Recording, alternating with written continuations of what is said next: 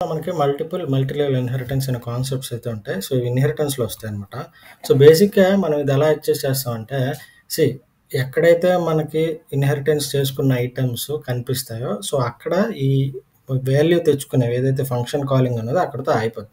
So, మల్టిపుల్‌లో ఏమవుద్దంటే left to right అయితే Python search చేసుకుంటూ ఎళ్తది. మనం కాల్ చేసిన క్లాస్‌ని. మల్టీ లెవెల్‌లో అయితే బాటమ్ టు టాప్ సెర్చ్ చేసుకొని ఎళ్తదనమాట.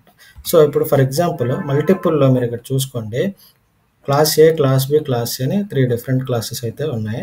సో, లాస్ట్‌లో మన చైల్డ్ క్లాస్ వచ్చేసి క్లాస్ టెస్ట్ అని చెప్పి, ఇక్కడ వీడు ఏ, బి, సి అని తీసుకున్నాడు.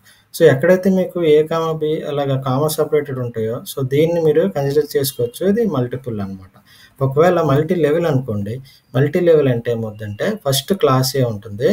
సెకండ్ క్లాస్‌లో మీరు ఏని ఇన్‌హెరిట్ చేసుకుంటారు. అలాగే థర్డ్ క్లాస్‌లో మీరు పైనున్న క్లాస్‌లు అంటే బిని ఇన్‌హెరిట్ చేసుకుంటారు. లాస్ట్‌లో మన టెస్ట్ క్లాస్‌ని సి ఇన్‌హెరిట్ చేసుకుంటాం. అంటే ఇప్పుడు ఈ టెస్ట్ క్లాస్‌లో మొత్తం ఈ పైనున్న క్లాస్ ఫంక్షన్స్ అన్నీ కూడా ఇందులో ఉంటాయి. అలానే ఇవతల వైపు మల్టిపుల్‌లో కూడా ఈ టెస్ట్ క్లాస్‌లో ఉన్న ఫంక్షన్స్ అన్నీ కూడా ఉంటాయి.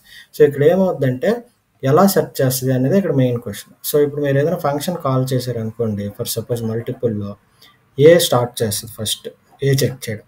తర్వాత ఏలో లేదనుకోండి బికెళ్తది. తర్వాత బిలో లేదనుకోండి సికెళ్తది. సో, అలానే మల్టీ లెవెల్‌లో కూడా ఫస్ట్ సి చెక్ చేస్తది. సో, సిలో లేకపోతే బికెళ్తది. బి నుంచి ఏకెళ్తది. సో, ఇలాగా multiple and multi level inheritance పైథాన్‌లో వర్క్ అవుతుంది. సో, వీడియో నచ్చితే లైక్ చేయండి. ఫ్రెండ్స్‌కి షేర్ చేయండి.